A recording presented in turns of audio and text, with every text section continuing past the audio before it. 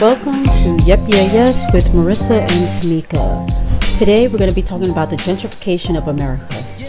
Um, yeah, Marissa, how are you? Yeah, I'm a great. I'm a great. I'm a great. I'm a great. I'm a great. I'm a great. How are you? I'm alright. I'm tired. Thursdays.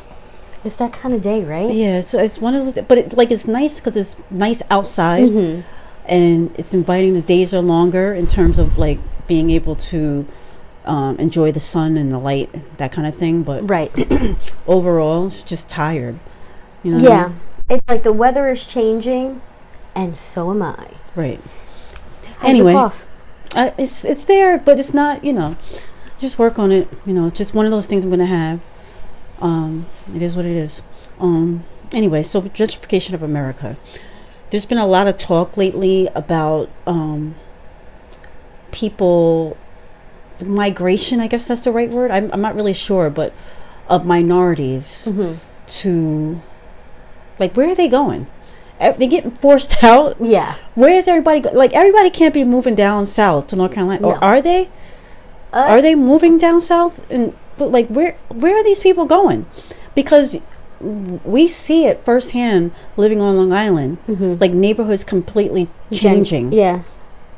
And all of a sudden it's like certain restaurants, and then for example, like you said, we both live on Long Island, and one of the areas that I see a lot of gentrification taking place is Amityville and Wyandanch. Yes. Which is like crazy because Wyandanch is known as crime dance, and it's like, oh, now they're trying to make it like this is the place to live. The dentists are all up in there, and they're building developments, and it kind of reminds me of what happened in Harlem like 15 years ago, when Magic Johnson was like, okay, I'm gonna bring in Starbucks, and but he did it right because people didn't move. Although no, I can't even say that people did move. There was a lot of influx of non-minorities. Do you call non-minorities majorities? No. Okay. Anyway, but should we use that term? No, because they're not major. But here in Fourth as a defining term. I guess if you want to, I don't care. Anyway, so I'm tired. I'm tired. I'm tired. So, but he put the Starbucks, he put the movie theater and stuff like that, and then soon after, around that same time, Bill Clinton, like after he left office, he built his Clinton Foundation in Harlem. Yeah. And then all of a sudden the rent started going up. The guy came out with the rent's too damn high. Remember that guy? Can I interject quickly? I know people hate You when I already go are. off on tangents, but let me interject 1 second. So after. Oh, was that a shot? No. Okay. Gotta watch who you're shooting at. I'm shooting at you right now, though, Okay. because you're always like, stay on topic. Go ahead. So you know how do you understand how the administration you just mentioned, the new one came in and there became a housing bubble, or I should say a lending bubble in America? What happened was that to borrow money became cheaper, and people started buying more. But what they did was they bought at $50,000. 2 months later, they sold at $100,000, or they rented at higher costs, Right. or maybe just redid a bathroom and astronomical things. So, the thing that I do appreciate about Magic Johnson is that he historically hired people within that community for these jobs, Right. for the places that he had. So I'm not gonna, I don't want to put him in gentrification, but reason being is because he really looked to make a greater impact within his community. Right. But when that administration came in, what is that? Moved in. So 43. When 43 came in, they really made the cost of borrowing cheaper, which hurt those that didn't know how to handle it and helped those that actually had some wherewithal on how to handle it. And I'm not going to say those that didn't know, like if you don't know better, you don't know what to do. But if you didn't know how to handle $10, you're not going to know how to handle 100,000. And sometimes we need to take a step back in order to cross our I's and dot our T's. While opportunity was there, opportunity was for a lot of mismanagement and miscommunication and mislabeling on finances. But go ahead. Why are you referring to him as 43? I don't know, because I just like to do that. The only reason why I say this is because the only reason why Trump is referred to as 45, because nobody wants to give him the honor of saying president or using his name, because he's been so disrespectful to people, almost damn near every nationality, gender, race, ethnicity, religion. So anything else? Everything. Okay, disability. You know, to get rid of Special Olympics funding. But anyway, it's like a term of disrespect to say 45.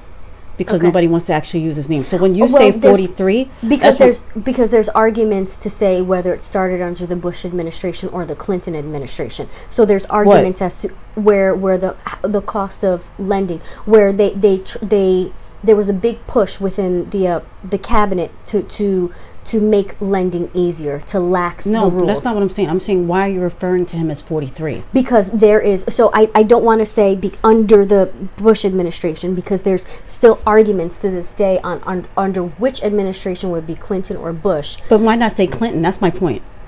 Because I don't know if it's under, there's still arguments to say if it's under the Clinton administration or the Bush administration. But by saying 43, you're saying Clinton. No, I'm saying Bush.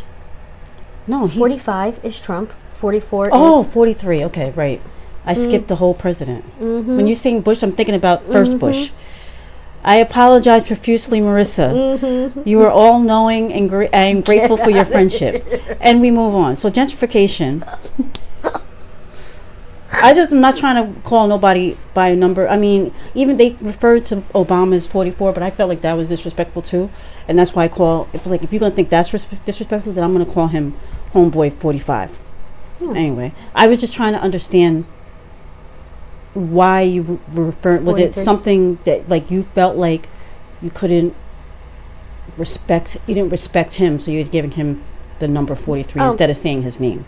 I didn't know if there was more to that. Anyway. Maybe. I don't know. My eyes twitching because I'm angry.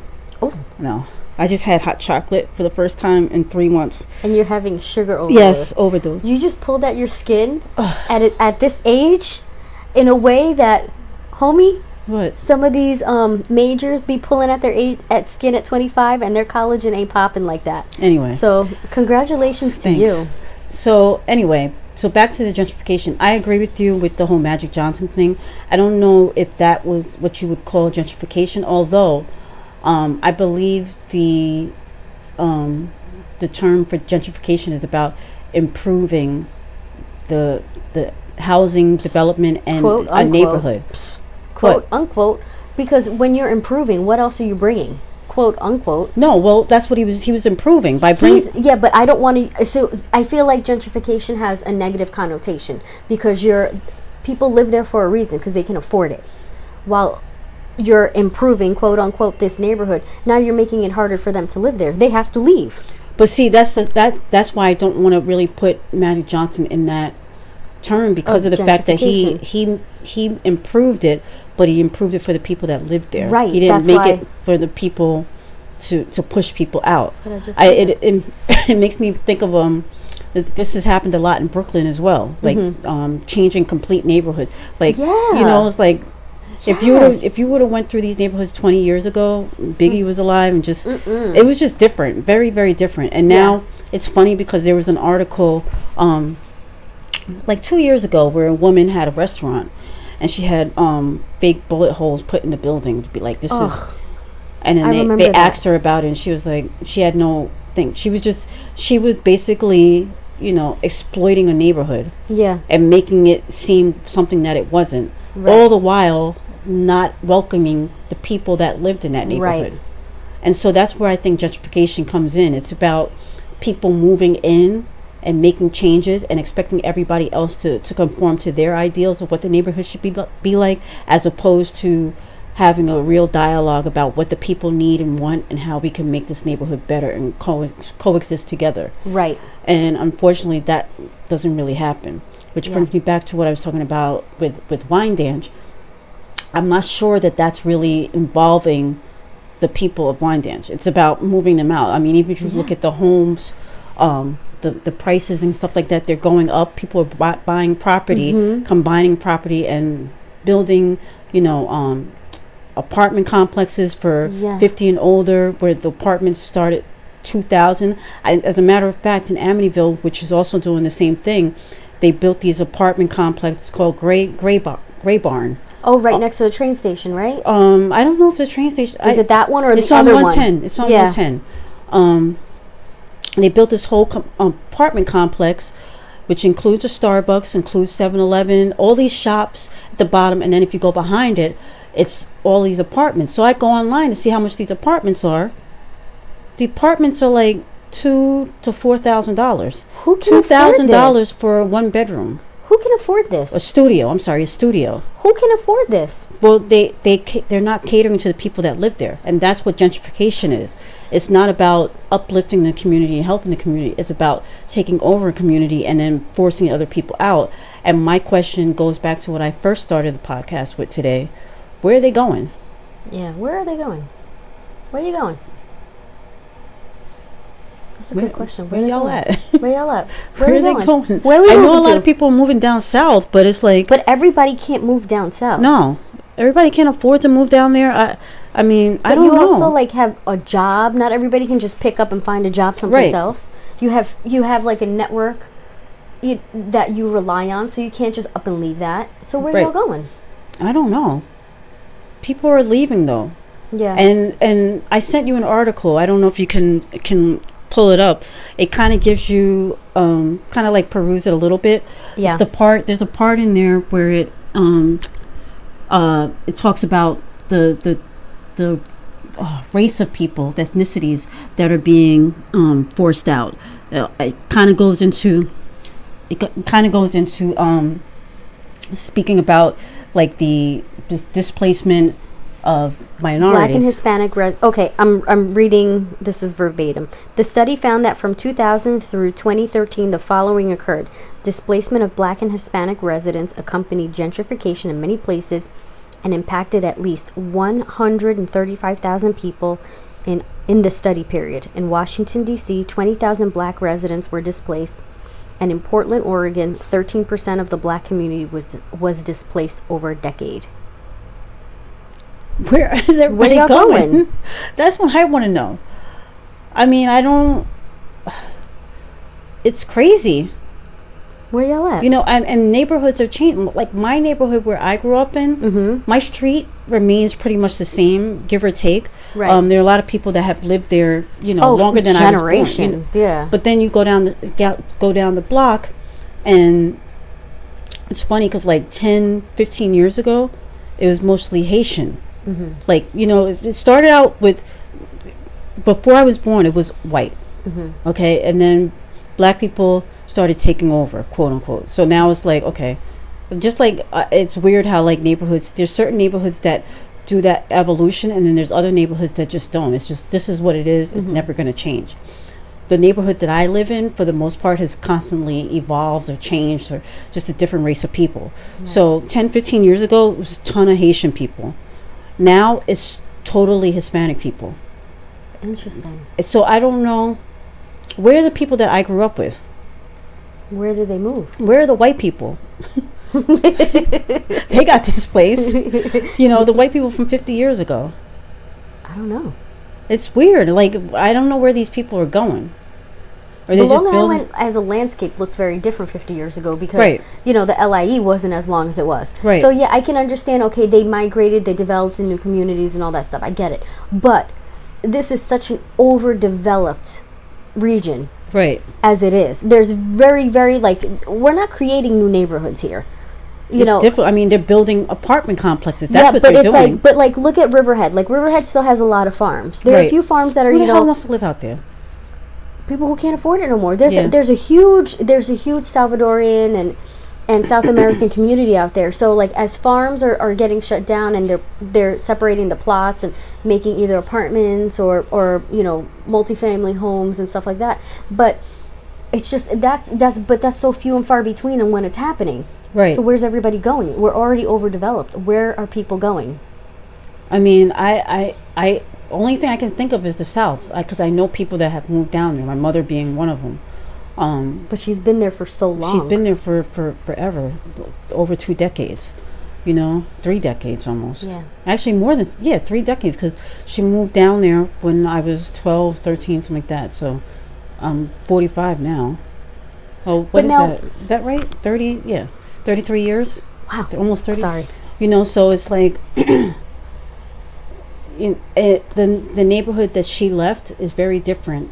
However, as different as it is, it's remained the same. Mm-hmm. The same people live there. There might be a couple of extra houses that they built in. But I feel like your enclave is very unique because you have. But is it? Yes, because when I think about, like, I'll take my grandmother's neighborhood for example. Living with her when I grew up, when she was a teacher during the crack epidemic in 101st between Broadway and Amsterdam. We go to the park and there's crack vials everywhere. It was all minority. It does not look the same at all today. There's a Home Goods. That's what I'm saying. There's a Home Goods. Right. Like, I just don't understand how, like, I could turn the block on on Amsterdam and there's a Home Goods. Like, that makes no sense. Makes absolutely no sense. Like, in crackheads used to die there. Like, OD there. I don't understand how that could happen. Yeah. But anyway, but your enclave is very very, very unique because it has taken, however you want to define gentrification, it's very hard to do so. Like, take your exact block, for example. People have lived there for generations. Right. And you can sit on your porch and still say, oh, remember when her mom did this? Remember when her daughter did that? Remember, the grandkids when they come up. Like, there are people still there. So it's a very unique landscape. You know what I think what happens? It's just coming to my mind now. A lot of times this gentrification takes place on popular streets or main thoroughfare. Yeah. Is that the right word? Yeah. Because you think, when bringing it back to Amityville, it's 110. It's 110, yeah. You think about the areas that have... And is the trailer park still there? Or is that soon to be gone? It might be there, like across the street. There might be a small one. Right, where it's but not the one that was there. No, on not the left. That's what it's completely So where gone. Is everybody? Where did they go? Where did they take their trailers? I mean, Like, I don't understand. And then, they buy people out. Yeah. For less than what they know their property. But, you waive $30,000 in front of somebody, or you waive $200,000 in front of somebody, and it's like, I can start all over. But think about that, $30,000's a lot of money. Right, and they can move down south and buy a house for 15. 25, and just come, like, now I'm a homeowner. It's just it amazes me, like, how much we have a mutual acquaintance who, this happens also in the city, New York City, all over New York City. And she was living in one of the boroughs. I'm not going to say which one because I don't know if she listens to the show. She's living in one of the boroughs. And I remember going over there and, like, thinking to myself, I've been here before, but this is very safe. Yeah. This was not safe. And then going into her home, and her home was like $4,000 a month. Yeah. And I'm like, wait a second. Hold on. Because this was the hood. Yeah. You're in the hood now. Shout out Little Kim. But it's like one of those things where it's like, this is what they do. Yeah. And they build it up. Like, they'll take an apartment that's, like, dilapidated and put some paint on it, put some new appliances in it, and, it's a nice view. And all of a sudden somebody that an executive or executive assistant or whatever the case makes, $100,000 a year, will buy that apartment or rent that apartment for $3,000 a month. Meanwhile, somebody else just lost their place where they were paying, $1,000 a month. Yeah. And now they have no place to live, and they're trying to get Section 8, or, you know what I'm saying? It's just, I don't know. It really, but I still want to know where everyone's going. I still need to know where everybody's going. I don't know. It's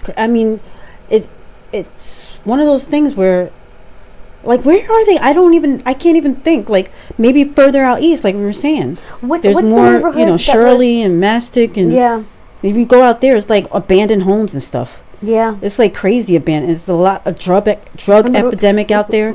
Remember homegirl with the whole, like, I'm buying a house out east. Oh, where are you buying? I'm buying a house out east. Where are you buying? Riverhead.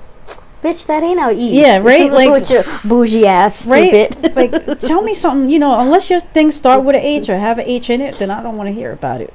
Oh my gosh. Or a G. You tell me you're moving to Sag Harbor. Stupid ass. Riverhead. Don't tell me you're moving Riverhead. to Calverton. Where you moving to cemetery? Where you moving? I'm buying a house out east. Where? Who said that? I remember this conversation. Right. That's what I was just talking about. Sorry, we're whispering to each other. Sorry, y'all. But that's what I was talking about before. Oh my. That's word. what I was referencing. Yeah. Same person. Bougie. That ass. person epitomizes the gentrification. Who is targeted towards? Yeah. That type of person. Yeah. Is targeted to those type of people. Yeah. Who have no clue. Nope. And don't care what they're doing. But you know what? The thing that really hurts gentrification as well is like the people that do get the opportunity to stay there, and then now, but what did you do to the school community? Did you uplift it? Right. Did you fellowship with everybody else and uplift the community? Those that were displaced? I think about like I had a conversation with an educator, and this was like 6 years ago, I want to say. When I wanted to move to your neighborhood, and they're like, yeah, but who cares? I really wish you would have. I know. It would have been so nice for you to be. I know, right there. And so I was like, yeah, but don't worry about the school because everybody goes to St. Anthony's anyway. Like, no, everybody doesn't. No, they don't. No, they don't. Do you know how amazing public school is? Do you know how amazing, like, the services that you get as opposed to, like, certain private schools? You're really not every public school. No, correct. No, you are correct. I don't want to say like no, let's not. But let's not poo-pah public education either. No, but it's very selective. But like I think about based on my old neighborhood to this neighborhood that I'm in now. Oh, my old neighborhood had everything you can think of. Right. It was on and popping. I'd be interested to know how it is today. Which one? Your old neighborhood. Not in terms of what's in the neighborhood, but their education system. Like, how has it developed? Like, do they have the technology in the school system? The one you're talking about. Oh, they have. This is exactly the point I'm saying. You would think that my neighborhood now has the echelon of not only technology, services, methodologies in place, and everything. Real quick, when you're talking about your old neighborhood, you're talking about recently when I just or when left. Oh, okay. I thought you were talking about when you were a kid. My bad. Oh, no, the one I was a kid. Oh, that'd be really interesting to find out. That's what I thought you were talking about when you said your old neighborhood. I would like to find that out. I'm gonna look into that. Yeah, Google it, son. My old hood is Riverdale, but my old neighborhood. I love the Bronx. Shut your face. I love the Bronx. So my old neighborhood was, when I compare the two, it was so incredible as far as the services, technologies, methodologies, and what they did for that community. As opposed to here, it's like, oh, you guys. But this is what I recognize as a difference: the ratio of student to teacher. Even though it's less here, the teachers here are not equipped. But what I'm saying, they might not be as equipped, but you can also get lost. So there's drawback to take from both sides. There are. You know, I mean, it was good then, but you think about like the high school that was in your old neighborhood. You had to go through security to get into school. And they're doing that here now. But it's not here yet. No, it's not here yet. But the security that they had there, while we thought of it as safety because the kids were so bad, they were on the forefront of the national recommendations for how the security needs to be for schools. But my thing is, they utilized it, and then when you went there, it was like going to college. I don't know if that high schoolers need a college atmosphere so big. Like, you get lost in that school. It can feel overwhelming. I agree with you. And this is my own opinion. No, your opinion can vary and differ, which is fine, but go ahead. But I do think that the services and technologies that they had there far outweigh what they have here. Having them and utilizing all the students is two different things. Well, but that's the whole thing, though. While it had access to every student, certain students did not have the capacity to maximize the opportunities that they had. And I'm quite sure that there probably are also teachers that didn't go make an effort to ensure that every student had it. It makes me think about what my mom told me when she was growing up, where she went to the guidance counselor when she was in high school, and they basically told her that she should, I forget what she should be, like was a nurse or something, not a nurse, forget what it was. Remember we were talking, it was like during my birthday, where they told her like my mom was very smart, is smart still, but instead of gearing her towards something where she could be academically challenged in a school, like go to community college, kind of, not be a maid, but like a step up from, you know what I mean? And it makes me wonder, you can have all this technology and all of these things available, but if you're being guided by somebody in the school system who's not showing you that stuff, or it's all for show. You always hear about these different schools around the country where they have different things and nobody's using them. Ugh. They put the computer lab up and nobody's in it. Yeah. I think about, like, I had the opportunity to work with someone who was on the spectrum and someone who's severely dyslexic to the point where they're handicapped where they can't read or write. In a classroom environment with kids that are what you would call average. Right. There's absolutely no service for them whatsoever. There's just, every day is just a day, and life is going by. So think about how many other kids are also being neglected in that way. And that makes me think about, with Betsy DeVos this week saying she's going to eliminate all this money from special education, Special Olympics. It's like, really? The amount that she's eliminating is the amount that it's taken to protect the president when he goes to Mar-a-Lago. Like, oh my gosh. And I believe that he deserves to be protected. Does he need to go to Mar-a-Lago that much? It's costing us that much money to... I thought he was never going to take vacation. Well, it's working. He's working when he's there. It's not really vacation. That's the justification. That's another story. But my point is that, I thought I was going to be sick of winning. Huh? I thought I was supposed to be sick of winning by now. Sick of winning? Yeah. What do you mean? Remember? He told me I was going to be sick of winning. You're going to be sick of winning? I said that to you? No, 45. Remember, he said we're going to win so much, you're going to be sick of winning? Oh, I don't even... He says so much. Like, I can only digest so many things that he says. Let's not... I can Marissa. go... No, I can... No, I'm not even saying that. I just can go on a tangent, and I don't want to alienate our fan club. I got to rein it in. So anyway, but at the end of the day, the gentrification doesn't only impact housing, like we were just talking about. It impacts education.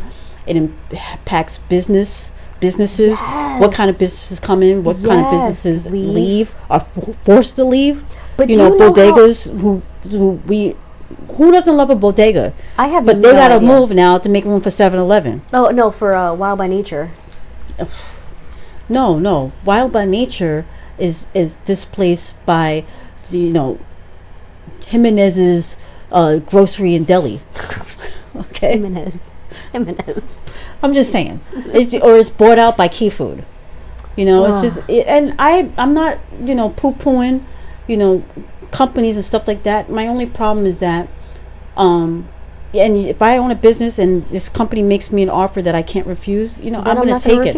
Yeah. But my problem is that you come in and now it's like you raise the prices to an exorbitant amount where people can no longer afford the food. But like you were saying with Wild by Nature, who the hell can get the... I used to work at Wild by Nature, years ago, and it's like I never bought my groceries there. I couldn't afford them. I love my kombucha just like the next basic bitch. You love your what? Kombucha. What's just that? Like it's the drink kombucha. Oh, okay. I never heard of it. Oh, gotta try it. I love my kombucha just like the next basic bitch. You say it like everybody knows what kombucha... It ain't Kool-Aid. I says all that to says I'm making a point by choosing that beverage. Right. I can't pay $6.99 for a jar of kombucha. That's how much it costs? In some places, yeah. Wow. You can get store brand Stop and Shop, which is delicious, by the way. No. $2.99, but I'm gonna get me a few packets of Kool-Aid, $1.25. No, I'm not trying to drink Kool-Aid, but I will drink Arizona iced tea. Do you remember when Domino's did the whole partnership with Kool-Aid, and when you got a pizza, medium pizza, they put the packet on the pizza, the box, so you can make Kool-Aid with it? No, I don't remember that. I do remember. That's weird. But that's another thing, like even with Domino's, like now the pizzerias, it's like, I love Pizza Hut as much as the next person, but there's nothing like homemade pizza. That's why you and I, we try whenever we go out to eat locally. Yeah. As much as I like Olive Garden, I'm gonna have to go to Tito's or wherever the hell, you know, and get me some pasta there. You know what I mean? Like I you know, I just not trying. I'm just trying not. I'm trying to the eat local. Of Italian food. You know, I'm just the gold standard of Italian food. No, I know you love me. You know, I love me an Italian vacation. But I love Olive Garden. I do too. I mean, yeah. No, I'm just saying, like the Michelin star. If one more person be like, let's go to Red Lobster, like it's the end all and be all. We live on Long Island. Why am I going to Red Lobster? Oh my gosh, we live on Long Island. I know. You know how many places we can go to where they got the fish this morning? Like they were out this morning getting buckets of lobster on the North Shore of Long Island. I see them out swimming. There. I mean, it just bothers me. I'm just saying. But anyway, I want to transition to something called we're trending. Oh yeah, yep, that's trending. Oh my gosh. I want to talk about addiction. Oh. So apparently, Wendy Williams was out for a while, for a period of time, and she came back and she basically said, you know, she's living in a sober house, and you know, she's smelly boys she's living with, and she's been living there for quite some time. She didn't go into what she was addicted to, but I'm talking to my cousin the other day, and she tells me that Wendy was found stumbling on Monday, and she relapsed, and sober coach got her. She went to the hospital. They had to pump her, but she was back on TV Tuesday like nothing happened. She had not mentioned it. It was on like major news. What? So my thing when it comes to addiction, I think we're all addicted to something in our own way, whether it's revealed to be known or whatever. But how do you really deal with it? Like, I really believe I have an addiction to gambling, but it's not to the extent where I'm trying to sell my car to gamble. Yeah. I just love it. Yeah. I don't know. Like, I used to be like, I'm addicted to soaps, but you know, I like TV too. I mean, can I go without TV? Probably. Can I go without gambling? I have. You know, I love it. You know, and I think about people that are addicted to drugs, and it's the same thing. There's something in you that craves it. Is there anything that you're addicted to? I'm trying to think as you were speaking. I don't know. You're addicted to lying. No, I'm kidding. Almost flipped your damn chair.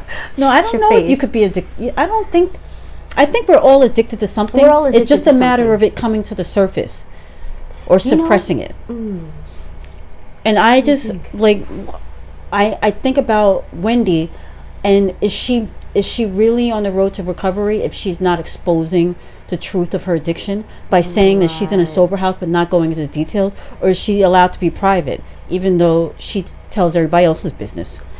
You see, this is a catch-22, because I remember we touched upon this when we were talking about our fertility show. Like I said, Chrissy Teigen doesn't owe me anything by talking about, but I appreciate it because she's talking about it and still being secretive. That's where I have that gray area. If she never touched upon it, I might give her respect of privacy, but she's talking about it, but she's still being private, and that's where it's like half truth. Like, it's a half truth. It's still a sin of omission. What do you call that? Half naked? No, it's like there's a phrase that people use. Half pregnant. Yeah. It's like either you're pregnant or you're not. Yeah. I don't. That's where I can't reconcile the two. But do you blame her? Yes, I blame her. But what if she is not strong enough to go all the way out and admit it? Maybe that's her vulnerability, and she's not able. Like, I'm able. Then don't talk about it. But maybe that's all she could muster up, just to justify what was going on. Because apparently, she had no intention of talking about it. But the story broke a few minutes earlier. Right. So she was like, let me get ahead of something. Right. I got a live show out in New York. Then say that.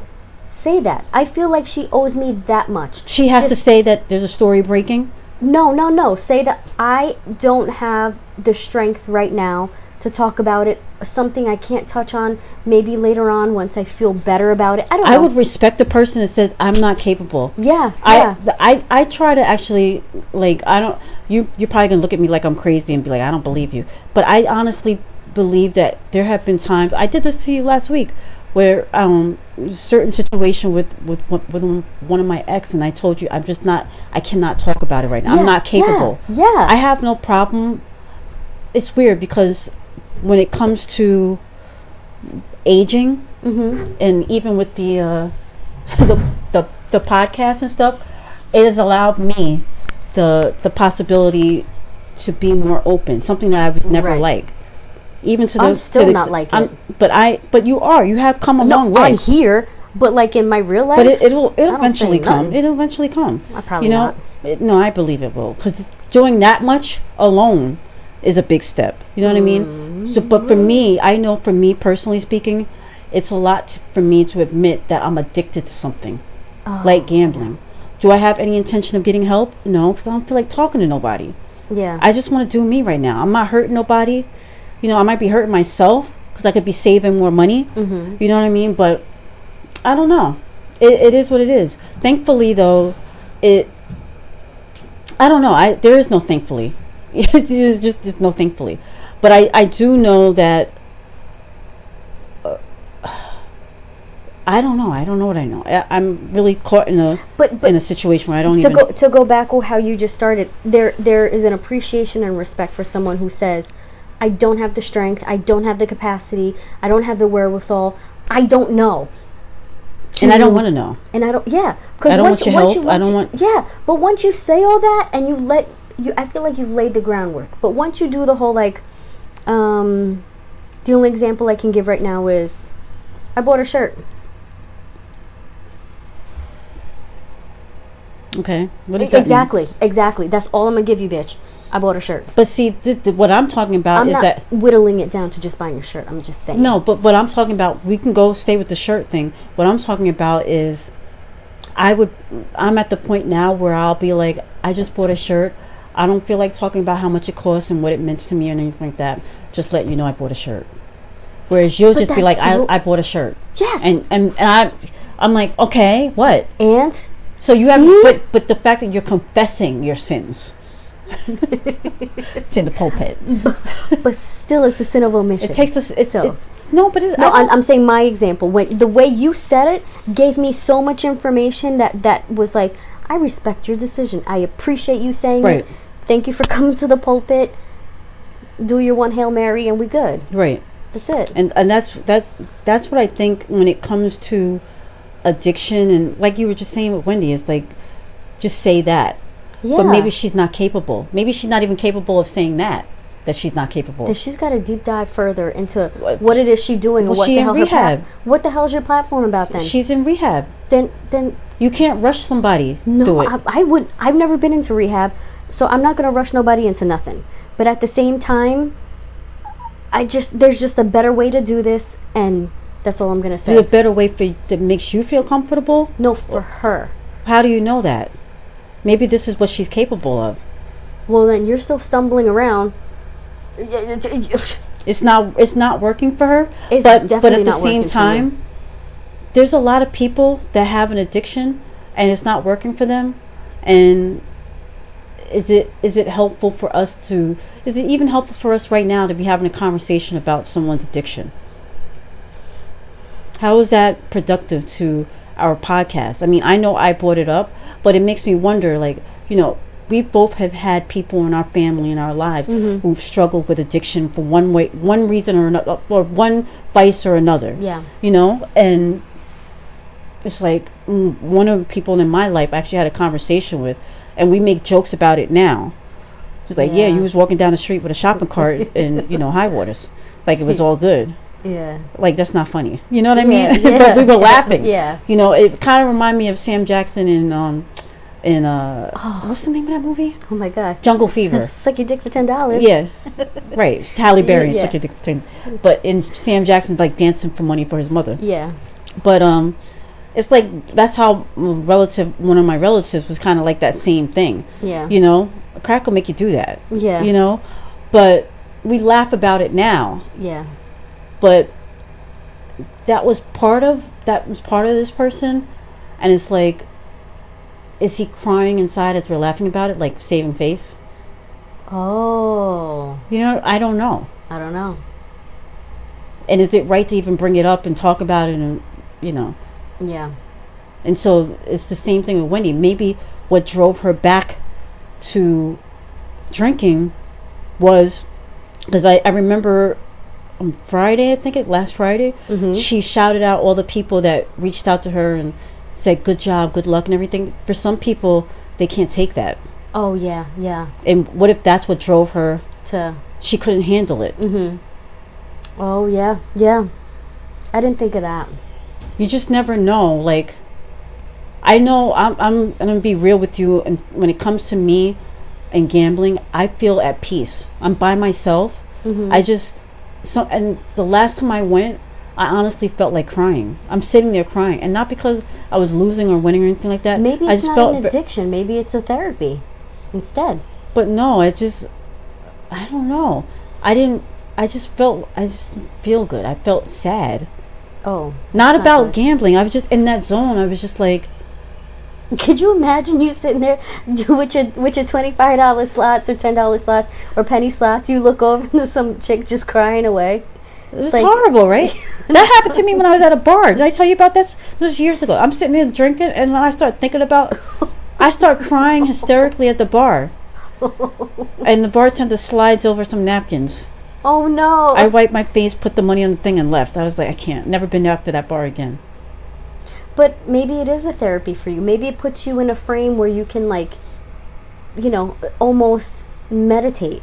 I know for one thing for sure, if I was using fake money, I would still go. Yeah. It just happens to cost me money. Yeah. It's just something about being in that zone by myself. I don't know. It's weird. It's very weird. But addiction is very weird. I wish I knew what yours was. Me too. You don't want to divulge, but that's fine. I don't know what it is.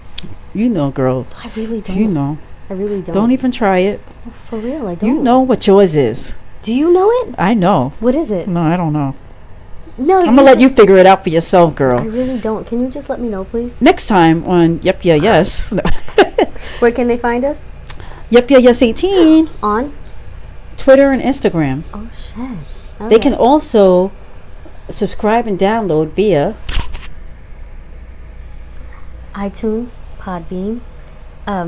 Bean, not Beam. I said Podbean. Oh, it sounds like it's with an M at the end. Oh, because I'm lowering my register. Oh, okay. Sorry, I'm trying to sound Tune in. Melodic. YouTube. And if you got Alexa, tell that bitch to play us. Just play the podcast. Yep, yes.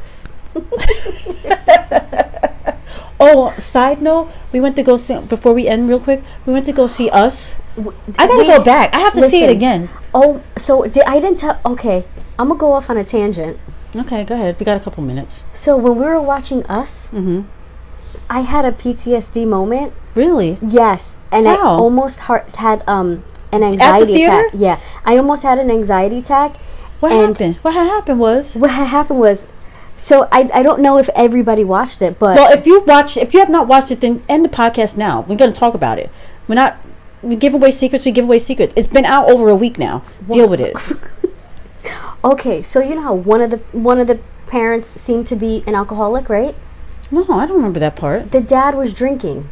That doesn't mean he's an alcoholic. No, but he was like very, very loose. Seemed to be like a little bit of like.